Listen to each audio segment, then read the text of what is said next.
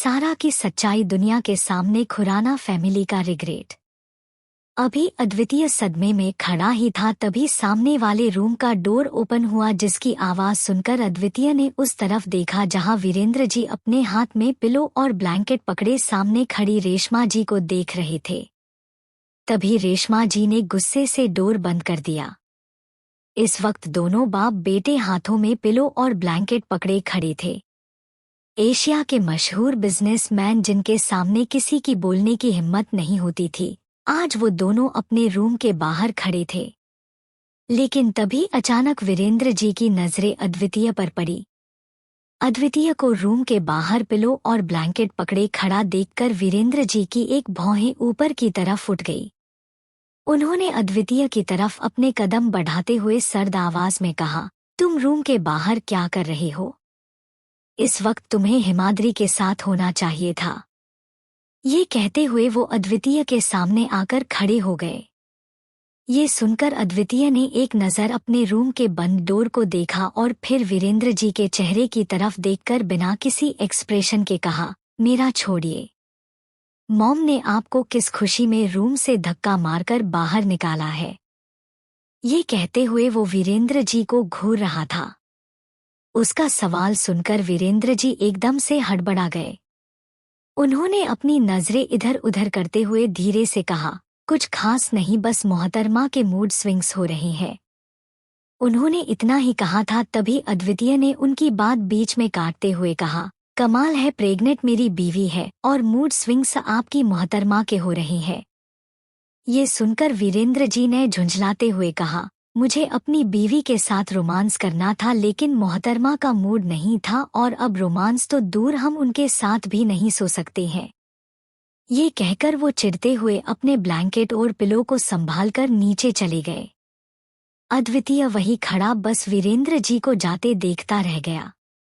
उसने धीरे से कहा, इनका कुछ नहीं हो सकता है। ये कहते हुए उसने अपना सर हिला दिया और फिर वो भी वीरेंद्र जी के पीछे नीचे चला गया। अगली सुबह खुराना मेंशन पूरी खुराना फैमिली शॉक्ड नज़रों से टीवी की स्क्रीन की तरफ देख रही थी, जिसमें आज की ब्रेकिंग न्यूज़ सारा इंटरप्राइजेज से रिलेटेड दिखाई जा रही थी। सारा इंटरप्राइजेज, जो एक टाइम ले एक प्रॉमिसिंग बिजनेस ग्रुप था, अब एक बड़े इलीगल केस में फंस गया है। न्यू रिपोर्ट के मुताबिक कंपनी में फ्रॉड और तेज इवेजन की बद से बड़ी इलीगल एक्टिविटीज सामने आई है। इन्वेस्टिगेशन चल रही है और पुलिस ने केस अपने हाथ में ले लिया है। आज यही न्यूज़ हर चैनल पर दिखाई जा रही थी। ये न्यूज़ ट्रेडिंग पर चल रही थी। टीवी की स्क्रीन पर कंपनी के डॉक्यूमेंट्स, फेक ट्रांजैक्शंस और देवस एविएशन रिपोर्ट्स फ्लैश हो रही थी। इस न्यूज़ को देखकर पूरी खुराना फैमिली एकदम से शॉक्ड रह चुकी थी। एक अजीब सा सन्नाटा चारों तरफ फैल गया था, जैसे किसी को भी सामने चल रही न्यूज़ पर बिलीव ना हो। सभी चाह की शांति को तोड़ते हुए सारा ने पैनिक करते हुए बड़बड़ाकर कहा, क्या थे? ये कैसे हो सकता है? ये कहते हुए उसके चेहरे पर डर और घबराहट साफ नजर आ रहा था। उसने किसी को कॉल करने के लिए अपना हाथ फोन की तरफ बढ़ाया, लेकिन उसके हाथ कांप रहे थे। वो फोन को अपने हाथ में पकड़ सके इस कंडीशन में नहीं थी वो। तभी आरती जी ने हैरानी के साथ सारा को देखते हुए गुस्से से कहा, क्या हो रहा है सारा? तुम क्या छुपा रही हो? ये क्या न्यूज़ चल रही है टीवी में, और ये डॉक्यूमेंट्स, ये सब क्या है? ये सुनकर सारा ने आरती जी की तरफ देखा, लेकिन उसे कुछ समझ में नहीं आ रहा था कि वो क्या बोले। अभी वो खुद सदमे में थी। अचानक से कैसे उसके झूठ से पर्दा हट गया और मीडिया में ये न्यूज़ किसने वायरल की? ये सब कुछ सारा खुद को नहीं पता था। तभी सारा ने खुद को इनोसेंट साबित करने की कोशिश करते हुए पैनिक भरी आवाज में कहा, मॉम ये सब झूठ है। कोई गलती हो गई है। मुझे समझ में नहीं आ रहा है कि ये सब किसने किया है। मैंने सारे टैक्स फील किए थे और मेरी कंपनी लीगल जगह पर है। मुझे नहीं पता ये सब कैसे हुआ। ये कहकर वो एक पल के लिए चुप हो गई और फिर गुस्से और घबराते हुए आगे कहा, मुझे समझ नहीं आ रहा है कि ये सब किसने किया है। उसने इतना ही कहा था तभी अहान ने गुस्से से कहा, किसी और ने नहीं, तुमने किया है ये सब। सारा, तुम हम सबसे सब कुछ छिपा कर रख रही थी। हमें तो कभी पता नहीं चला कि तुम इतनी गहरी चीजों में फंसी हुई हो। अब ये क्या चल रहा है? ये फर्जीवाड़ा और धोखाधड़ी, ये सब कहाँ से आया? ये सुनकर सारा की आंखों में पानी भर आया। उसने भीगी पलकों से अहान को देखा जो गुस्से से उसे ही देख रहा था। लेकिन तभी अधिक खड़ा हुआ और गुस्से से कॉफी टेबल को लात मारकर दूर फेंक दिया। टेबल कांच का था और नीचे गिरते ही वो टूट गया। सारा एकदम से कांप गई। उसने तुमरत फर्श पर बिखरे कांच के टुकड़ों को देखा और फिर हैरानी के साथ अधिक को देखने लगी जो पूरा गुस्से से कांप रहा था। अधिक ने काफी गुस्से में सारा पर चिल्लाते हुए कहा, तुमने अपनी कंपनी को खतरे में डाल दिया सारा, और अब ये सब हमारे ऊपर आ रहा है।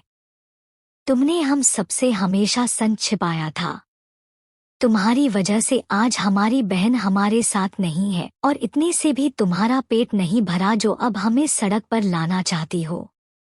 क्या सोचा था तुमने कि तुम्हारा सच कभी दुनिया के सामने नहीं आएगा? बहुत गलत सोचती थी तुम। काश ये सच हमारे सामने पहले आ जाता तो आज ये दिन नहीं देखना पड़ता। तुम्हारी वजह से हमने हमारा सब कुछ खो दिया। इस घर ने अपनी बेटी को खो दिया, हमने हमारी बहन को, और अब सारी प्रॉपर्टी भी तुम्हारी फर्जीवाड़े की वजह से चली जाएगी। यह कहते हुए अधिक गुस्से से कांप रहा था। उसे समझ नहीं आ रहा था कि वो अभी क्या करें। वही अभिमान जी शांति से बैठे हुए अपनी बेजान आंखों से एकटक सारा को देख रहे थे। उनकी आंखों के सामने वो पल घूम रहा था जब उन्होंने सारा की वजह से पहली बार हिमाद्री पर हाथ उठाया था, उसे घर से जाने को कहा था, जिसे याद करके अभिमान जी की आंखों से आंसू बहने लगे। इस वक्त उनकी आंखों में रिग्रेट, पछतावा नजर आ रहा था। वो बस हिमाद्री से माफी मांगना चाहते थे। ऐसा ही हाल कुछ अखिल का था। चैप्टर 77। 9 महीने बाद, 9 months लेटर, जिसे याद करके अभिमान जी की आंखों से आंसू बहने लगे। इस वक्त उनकी आंखों में रिग्रेट, पछतावा नजर आ रहा था। वो बस हिमाद्री से माफी मांगना चाहते थे। ऐसा ही हाल कुछ अखिल का था। अभी उन्हें खुद पर ही गुस्सा आ रहा था कि उन्होंने इस लड़की के लिए अपनी सगी बेटी को अनाथ आश्रम छोड़ दिया था। उसके साथ इतना बुरा बिहेव किया। उसे कभी अपनी बेटी नहीं माना। यह सब सोचते हुए अखिल की आंखों से आंसू बहने लगे। अधिक की बातें सुनकर सारा और भी ज्यादा पैनिक करने लगी। उससे कुछ भी नहीं बोला जा रहा था। वो बहुत कुछ बोलना चाहती थी लेकिन उसके गले से एक वर्ड भी नहीं निकल रहा था। उसे कोई भी रास्ता नजर नहीं आ रहा था जिससे वो खुद को इनोसेंट साबित कर सके, क्योंकि न्यूज़ में जो कुछ भी दिखाया जा रहा था वो सब सच था। उसे अच्छे से पता था कि न्यूज़ में दिखाए जाने वाले सारे डॉक्यूमेंट फेक नहीं बल्कि रियल थे।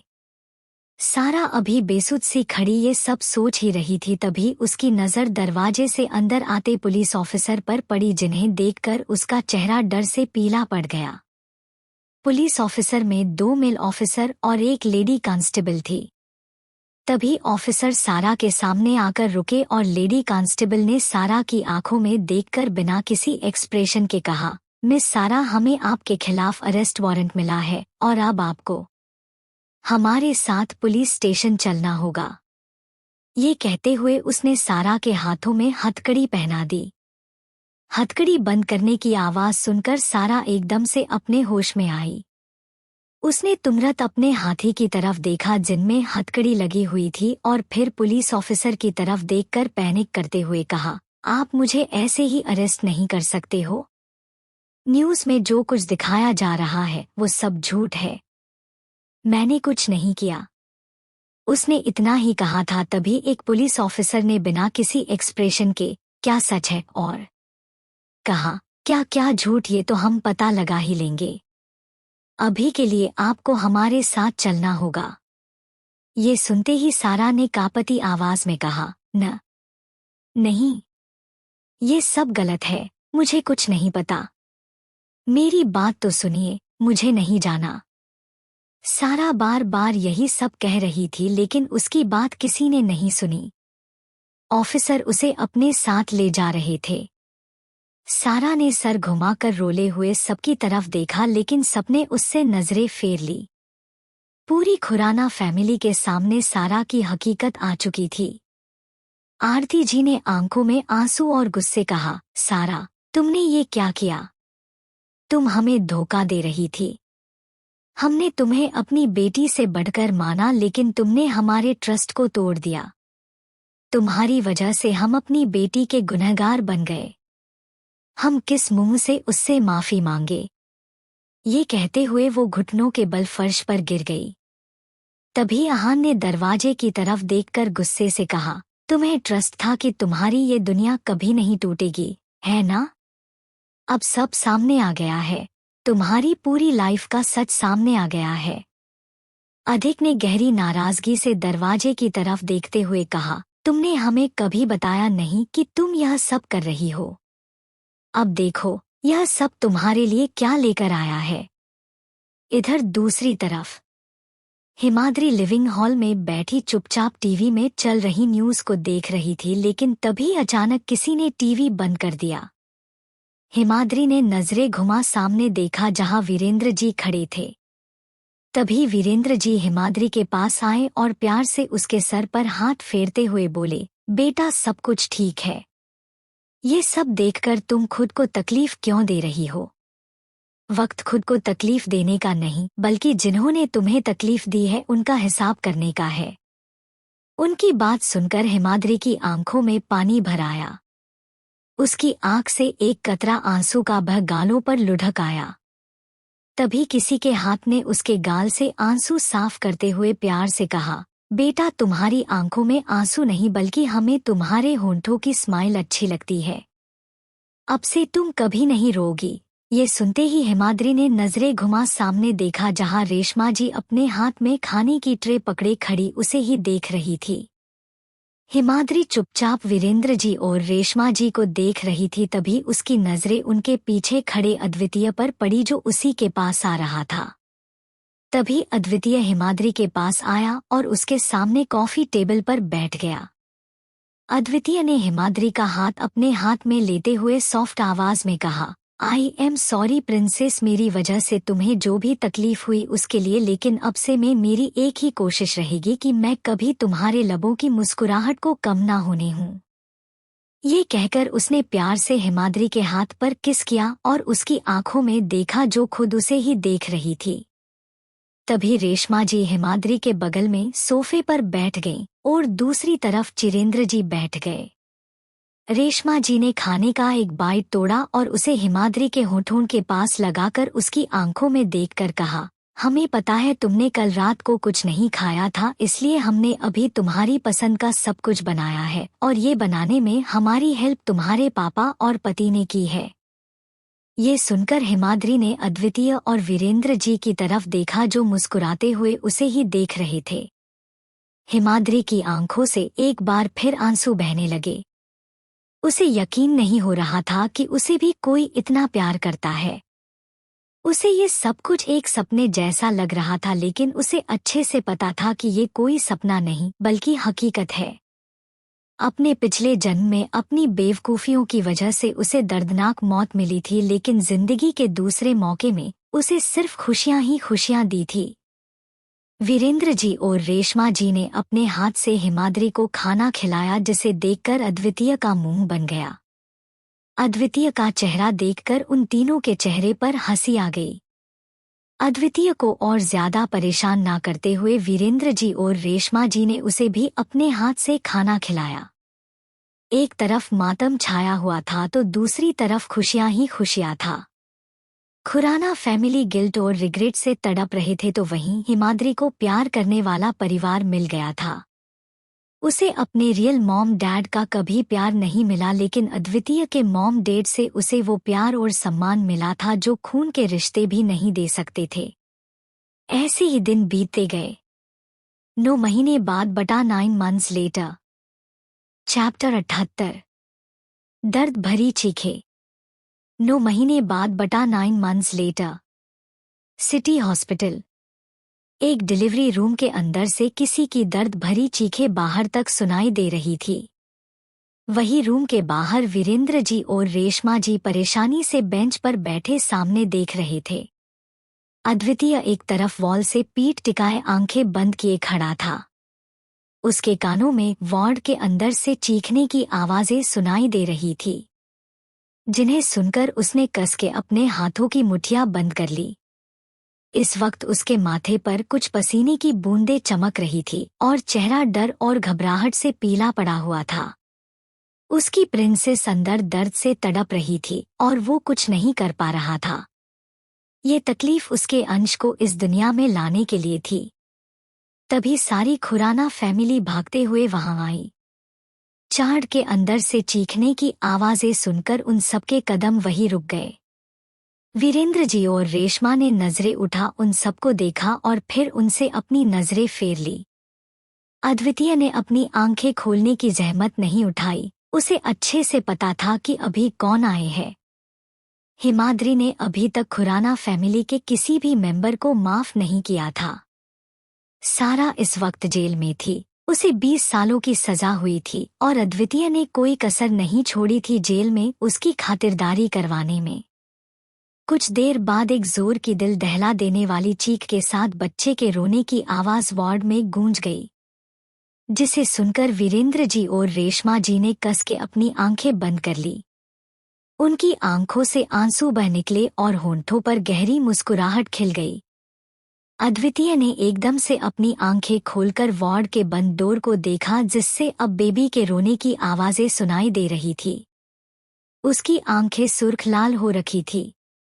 अद्वितीय ने बिना सोचे समझे सीधे अपने कदम वार्ड की तरफ बढ़ा दिए। तभी वार्ड का डोर ओपन हुआ और नर्स की नजरें सीधा सामने खड़े अद्वितीय पर पड़ी।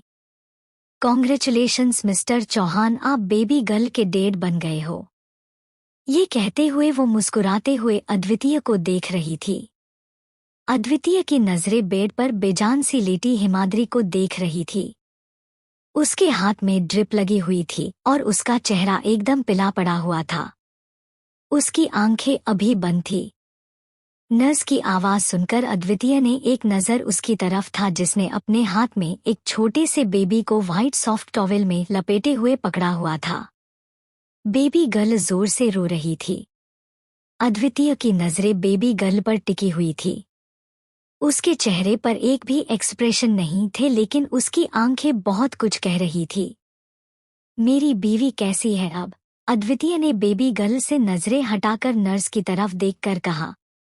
आपकी बीवी ठीक है, अभी बेहोश है, कुछ देर में होश आ जाएगा। तब तक हम बेबी के कुछ टेस्ट करने के लिए दूसरे वार्ड में लेकर जा रहे हैं, डॉक्टर ने अद्वितीय के पास आते हुए कहा। अब तक वीरेंद्र जी और रेशमा भी वहां आ गए थे। उनकी आंखों में पानी भरा हुआ था। वाओ, हमारी इतनी सालों की तड़प पूरी हुई।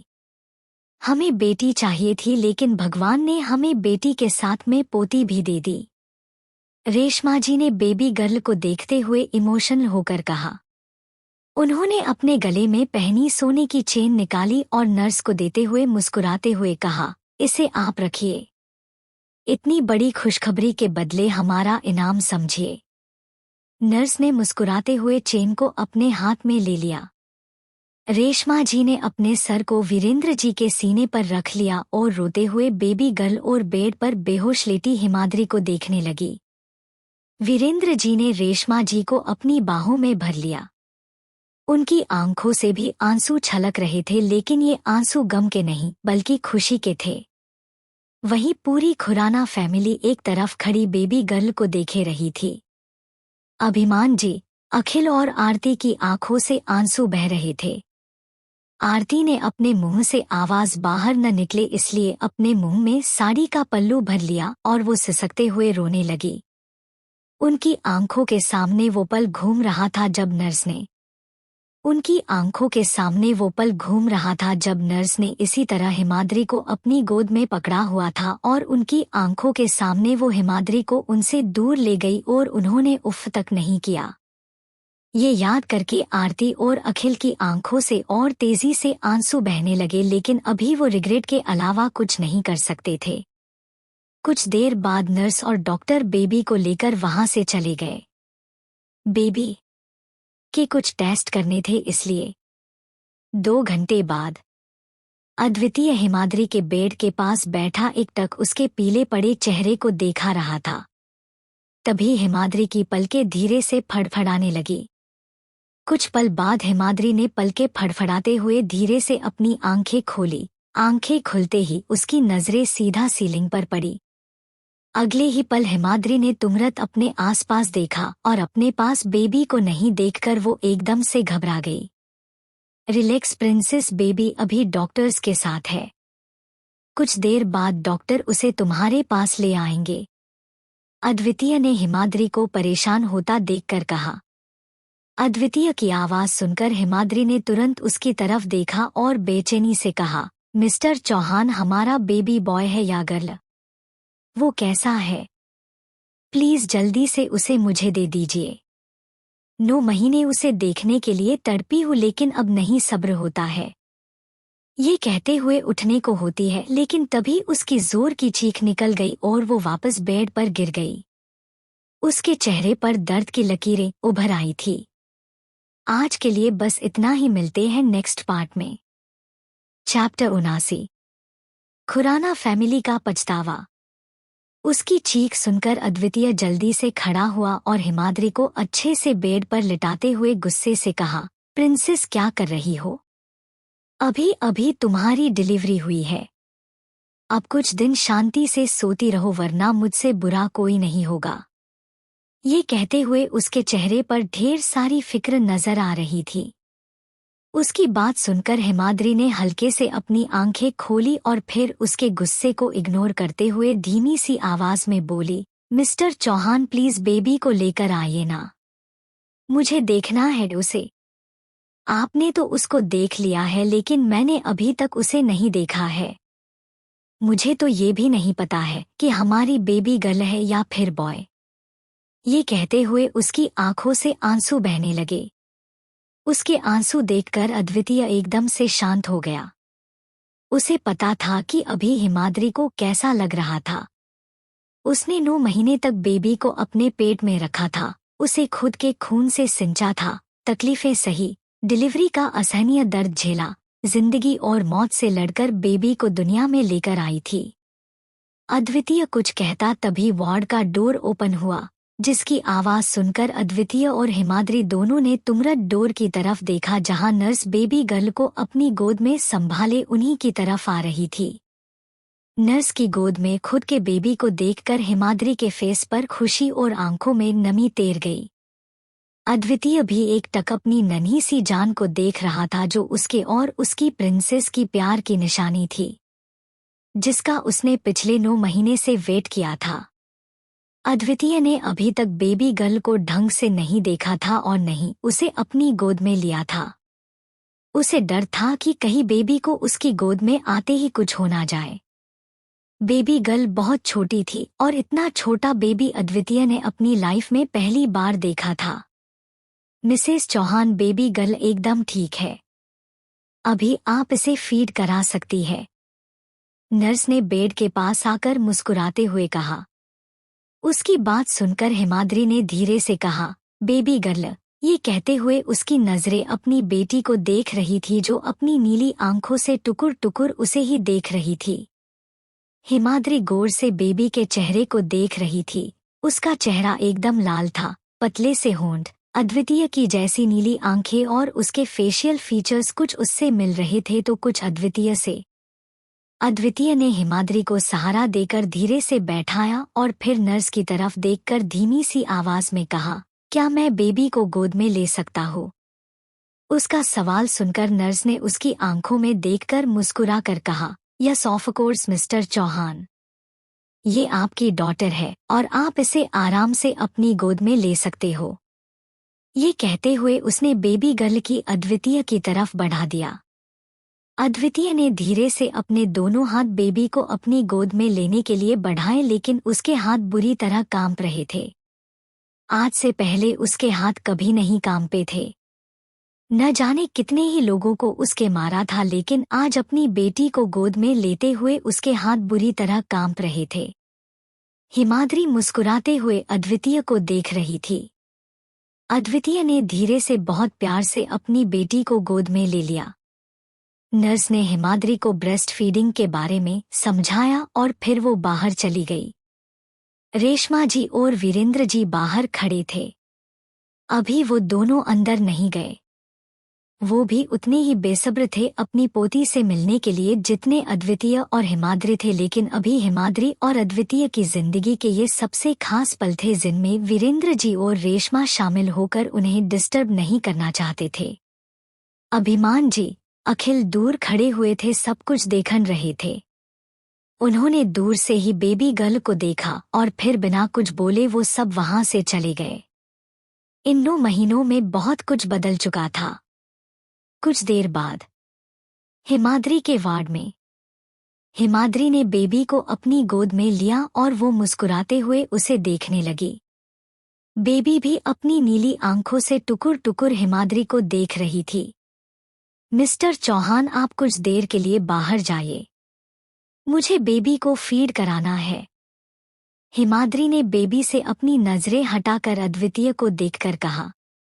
ये सुनकर अद्वितीय की एक भौं ऊपर की तरफ उठ गई।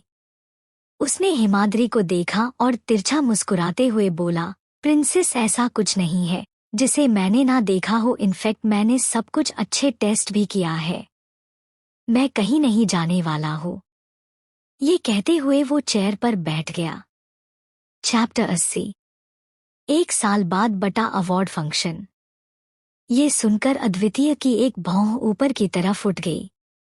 उसने हिमाद्री को देखा और तिरछा मुस्कुराते हुए बोला, प्रिंसेस, ऐसा कुछ नहीं है जिसे मैंने ना देखा हो। इनफैक्ट मैंने सब कुछ अच्छे टेस्ट भी किया है। मैं कहीं नहीं जाने वाला हूँ। ये कहते हुए वो चेयर पर बैठ गया। उसकी बात सुनकर हिमाद्री के दोनों गाल लाल हो गए। वो अपनी नजरें इधर उधर करते हुए चिढ़कर बोली, मिस्टर चौहान, अब आप बाप बन गए हो, इसलिए थोड़ी सी शर्म करना सीख लीजिए, अच्छा होगा आपके लिए।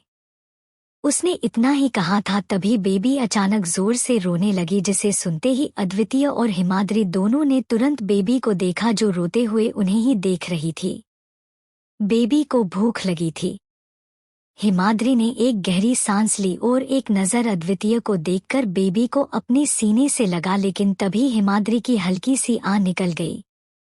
उसके चेहरे पर दर्द के साथ सुकून भी उतर आया। ये फीलिंग हिमाद्री के लिए बिल्कुल नई थी, उसे बहुत अच्छा लग रहा था। वही अद्वितीय गौर से हिमाद्री के चेहरे को देख रहा था।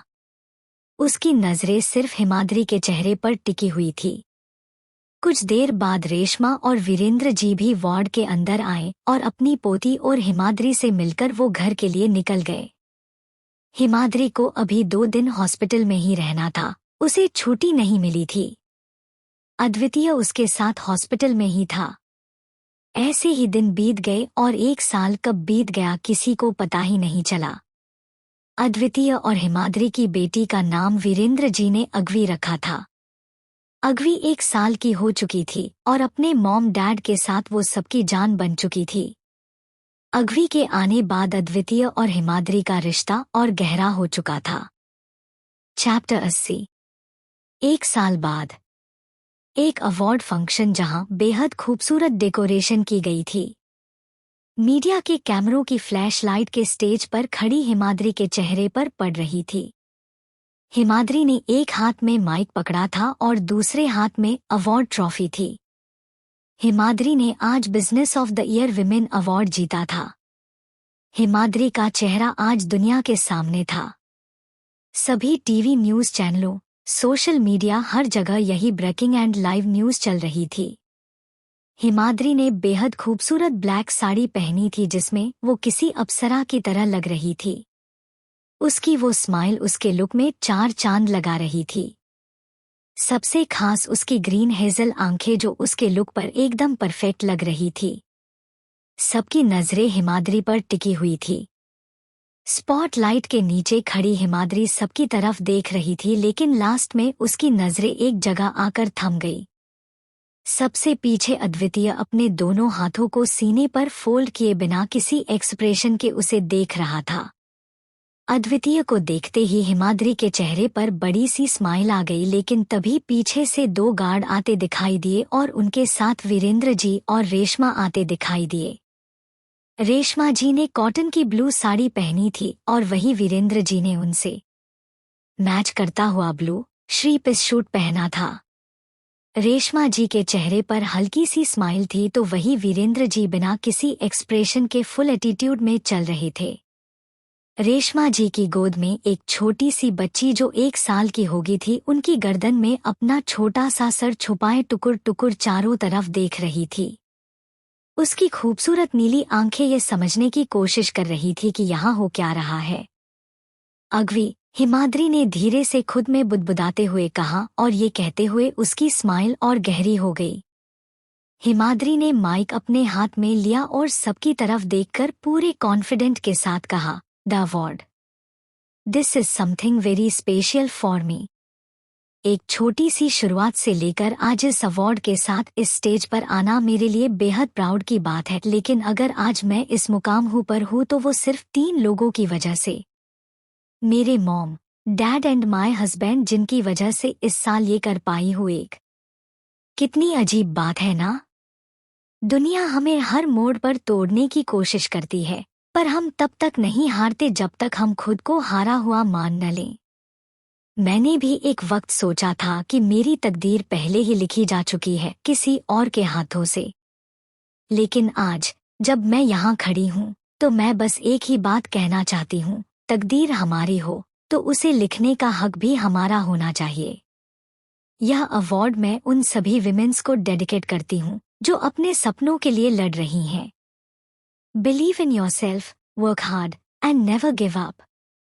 ये कहकर उसने माइक को साइड में रखा और स्टेज से नीचे आ गई। चारों तरफ तालियों का शोर मच उठा। हिमाद्री की आवाज सुनकर अगवी ने तुरंत उसकी तरफा देखा और अपनी दोनों नन्ही बाहें आगे फैलाकर हंसते हुए कहा, मम मम मम मम मम की आवाज निकालने लगी। उसकी आवाजें सुनकर अद्वितीय ने तुरंत अगवी को देखा और फिर उसे अपनी गोद में लेते हुए कहा, यस पंजेल, वो आपकी ही मम्मा है। ये सुनते ही अगवी ने छोटा सा सर उठा, अपनी खूबसूरत नीली आंखों से टुकुर टुकुर अद्वितीय के चेहरे को देखा और फिर अपना सर उसके सीने पर रख हंसते हुए हिमाद्री को देखने लगी जो उन्हीं के पास आ रही थी। हिमाद्री ने वीरेंद्र जी और रेशमा जी की तरफ देखा, तभी वीरेंद्र जी ने हिमाद्री के सर पर प्यार से हाथ फेरते हुए कहा, कॉन्ग्रेचुलेशंस बेटा। ये सुनकर हिमाद्री ने मुस्कुरा कर कहा, थैंक यू पापा। तभी रेशमा जी हिमाद्री के पास आई और मुस्कुराते हुए बोली, बेटा आज हमने तुम्हारे और अद्वितीय के लिए एक सरप्राइज रखा है।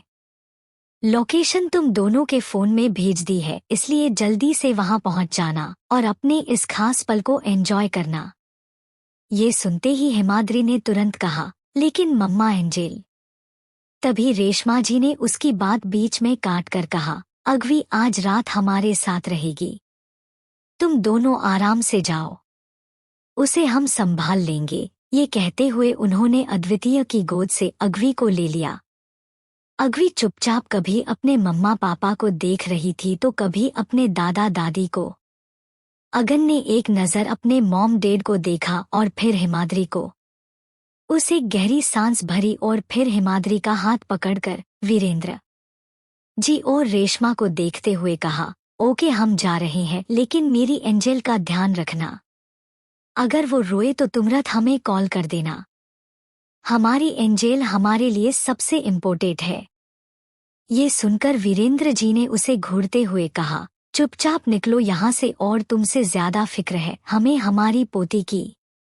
आज हम अपनी पोती के साथ खूब सारी मस्ती करेंगे जो तुम दोनों की वजह से नहीं कर पाते हैं। ये कहते हुए उनके फेस पर बड़ी सी स्माइल आ गई। उनकी बात सुनकर अद्वितीय ने अपना सरनामे हिला दिया। हिमाद्री ने प्यार से अघवी के दोनों फुले हुए चबी चिक्स पर किस करते हुए कहा, बाय एंजेल। मम्मा कुछ देर के लिए बाहर जा रही है लेकिन जल्द ही आ जाऊंगी। ये कहते हुए उसने अघवी के नाक पर किस किया। उसके किस करने से अघवी हंसने लगी। कुछ पल बाद अद्वितीय और हिमाद्री अपनी कार में बैठकर रेशमा जी भेजी लोकेशन पर निकल गए। इधर दूसरी तरफ पूरी खुराना फैमिली लिविंग हॉल में बैठी मुस्कुराते हुए अवार्ड फंक्शन की न्यूज को देख रही थी। उन सबका सीना गर्व से चौड़ा हो गया था आज। हिमाद्री ने उन सबको माफ नहीं किया था लेकिन वो सब हिमाद्री के लिए बहुत खुश थे और उनकी खुशी उनके चेहरे पर साफ नजर आ रही थी। आज के लिए बस इतना ही, मिलते हैं नेक्स्ट पार्ट में। चैप्टर 81 इश्क की गहराइयां बटा एंडिंग। कुछ देर बाद अद्वितीय और हिमाद्री की कार एक जगह आकर रुक गई। रात अपनी खूबसूरती की चरम सीमा पर थी। समंदर किनारे हल्की ठंडी हवा बह रही थी। लहरें किनारे से टकराकर एक मीठी धुन छोड़ रही थी। आसमान में चांद अपनी पूरी रोशनी के साथ जगमगा रहा था और उसके आसपास फैले सितारे जैसे इस रात की शान बढ़ा रहे थे। चारों ओर बस खामोशी थी, मगर यह वह खामोशी थी जो मोहब्बत की सबसे खूबसूरत जुबान बोलती है। रेत पर सफेद रंग की एक सुंदर टेबल लगी हुई थी जिसके चारों ओर हल्की हल्की मोमबत्तियां जल रही थीं। उनके लौ की रोशनी हिमाद्री के चेहरे पर पड़ रही थी जिससे वह और भी हसीन लग रही थी। उसकी आंखों में वह चमक थी जो सिर्फ मोहब्बत में ही नजर आती है। हल्के गुलाबी रंग की साड़ी में लिपटी हिमाद्री जैसे खुद कोई चांदनी की मूरत बन गई हो। अद्वितीय उसे अपलक देख रहा था। उसने हल्के से अपने हाथ आगे बढ़ाए और हिमाद्री की कलाई को थाम लिया। नर्म गर्माहट से भरी हुई जैसे इस छोटे से स्पर्श ने उसके दिल को और तेज धड़कने पर मजबूर कर दिया हो। तू मेरी किस्मत की सबसे खूबसूरत तकदीर है। तेरे बिना जिंदगी अधूरी, जैसे चांद बिना नूर के। मैं तुझमें ही जीता हूँ, तुझमें ही मरता हूँ। अब बस तू ही मेरी मोहब्बत का सुखदर है। हिमाद्री ने अपनी पलकें झुका ली। उसकी सांसें तेज हो गई। वह इस लम्हे को पूरी तरह महसूस करना चाहती थी। अद्वितीय ने उसकी उंगलियों को हल्के से अपनी हथेलियों में लिया और एक गहरी सांस भरते हुए धीरे से उसकी नाजुक उंगलियों पर अपने होंठ रख दिए। तभी बैकग्राउंड में एक खूबसूरत धुन बजने लगी। हुआ है आज पहली बार जो ऐसे मुस्कुराया हो। तुम्हें देखा तो जाना कि क्यों दुनिया में आया हो। ये जा लेकर के जान मेरी, तुम्हें जीने में आया हो। मैं तुमसे इश्क करने की इजाजत रब से लाया हो। गाने की हर एक धुन, हर एक लफ्ज जैसे इस पल को और भी खास बना रहे थे। अद्वितीय ने धीरे से हिमाद्री की ठोड़ी को उठाया और उसकी गहरी आंखों में झांका। तुम मेरी दुनिया हो प्रिंसेस, तुम्हारे बिना सब अधूरा है। हिमाद्री ने अपनी पलकों को धीरे से झपकाया और फिर उसकी आंखों में खो गई। अद्वितीय ने उसके चेहरे पर आए कुछ बालों को हटाया और अपनी उंगलियों से उसकी नाजुक जुल्फों को धीरे धीरे सहलाया। चांदनी अब उन दोनों पर अपनी रोशनी बिखेर रही थी। समंदर की लहरें इस लम्हे की गवाही देने लगी।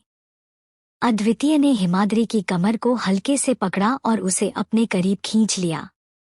अब उनके बीच कोई फासला नहीं था। हिमाद्री की सौतें गहरी हो गई।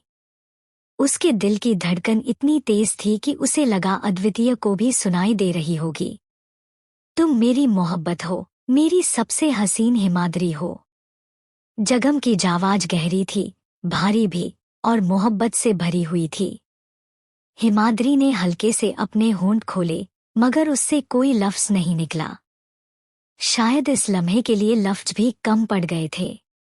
गाना अब और भी तेज लय में बहने लगा। समंदर की लहरों के साथ मिलकर एक समा बांधने लगा। अद्वितीय ने धीरे से हिमाद्री की हथेलियों को पकड़ा और उसके हाथों को अपने दिल के करीब रखा। ये धड़कन सिर्फ तुम्हारे लिए धड़कती है हिमाद्री। हिमाद्री ने हल्की मुस्कान दी मगर उसकी आंखों में हजारों भावनाएं उमड़ रही थी। अद्वितीय ने धीरे से उसकी कमर को अपनी मजबूत बाहों में कैद किया और उसे अपने और करीब खींच लिया। अब सिर्फ चंद सांसों का फासला था। अद्वितीय ने धीरे धीरे आगे बढ़कर उसकी सांसों को महसूस किया। हिमाद्री की पलकों ने कुछ पलों के लिए संकोच से झुकने की कोशिश की, मगर अद्वितीय की चाहत के आगे सब बेबस था। और फिर अद्वितीय ने धीरे से अपने होंठ हिमाद्री के होठों पर रख दिए।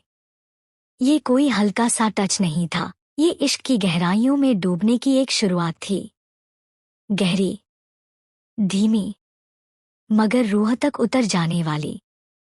हिमाद्री की सांसें अब अद्वितीय की सांसों में खो चुकी थी।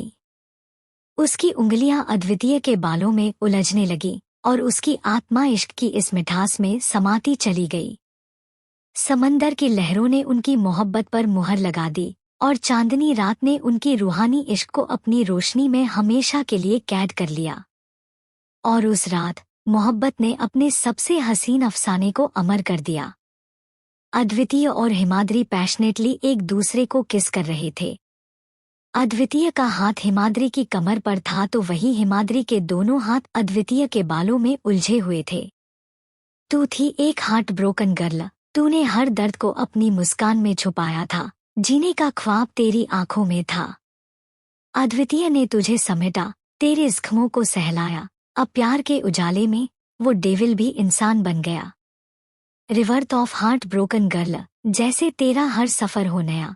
हिमाद्री और अद्वितीय की मोहब्बत में अब दुनिया को एक नया रूप मिला है। जहां दिल था टूटे हुए, अब वहीं है एक मजबूत इश्क की जड़ बन गया। प्यार की राह पर चलकर दोनों ने किया हर दर्द को खत्म। वहीं दूसरी तरफ एक अंधेरे वीरान कमरे में एक लड़की जो सफेद कलर की साड़ी पहनी हुई थी, उसके बाल पूरी तरह से बिखरे हुए थे। वह एक तक अपने सामने लगे फोटो को देख रही थी जिसमें अद्वितीय, हिमाद्री और अगवी का फोटो था। वो लड़की उस फोटो को देखती ही जोर जोर से हंसने लगी। हा हा हा, तुझे क्या लगा था तू मुझसे जीत जाएगी? मुझसे कोई जीत नहीं सकता, तू भी नहीं। हिमाद्री खुराना उर्फ हिमाद्री चौहान। बड़ी 1 साल से खुश रह ली तुमने अपनी बेटी अगवी के साथ। तभी उस कमरे में एक बच्चे की रोने की आवाज सुनाई देने लगी। उसे बच्चों के रोते ही उस लड़की के फेस पर एक डेंजरस स्माइल आ गई और वह धीरे धीरे कदमों से उसे अंधेरे कमरे के बेड पर गई और वेद पर से एक बच्चे को उठाते हुए बोली, तू मेरा हथियार है उस हिमाद्री को बर्बाद करने के लिए। और फिर वह उस लड़के को अपने हाथों से छोड़ देती है, जिससे वह बच्चा और जोर जोर से रोने लगा। लेकिन वह जमीन पर ना गिरकर बल्कि बेड पर गिरा था। वही वह लड़की घुटनों के बल बैठकर उसे बच्चों के दोनों गालों को पकड़ते हुए बोली, नफरत की आग में सब कुछ जायज होता है, इसलिए अब तेरी माँ की सजा तुझे मिलेगी और मैं तुझे बलि चढ़ाऊंगी। इतना कहकर वो जोर जोर से हंसने लगी जैसे वह कोई साइको हो। वही वह बच्चा जिसका उम्र करीब 1 साल का था, वह रोते रोते बेड पर ही बेहोश हो गया।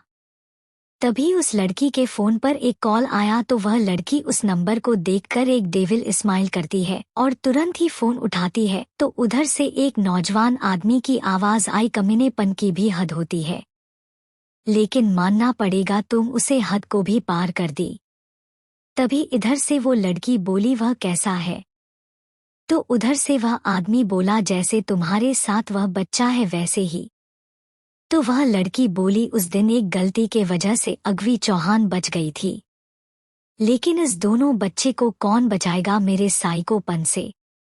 इतना कहकर वो लड़की फोन काट दी और फिर एक गाना गाने लगी, ठुकरा के मेरा प्यार इंतकाम देखेगी। और फिर वह अपने दोनों हाथों को फैलाते हुए बोली, यह कहानी का अंत नहीं, बस शुरुआत है। अद्वितीय चौहान और हिमाद्री खुराना, तुम दोनों के नफरत के आग में अब तुम्हारे बच्चे जलेंगे, खास करके अगवी खुराना चौहान। और यहीं पर ये स्टोरी खत्म होता है, लेकिन बहुत जल्द इसका 2nd पार्ट आएगा, report of heart broken girls season 2।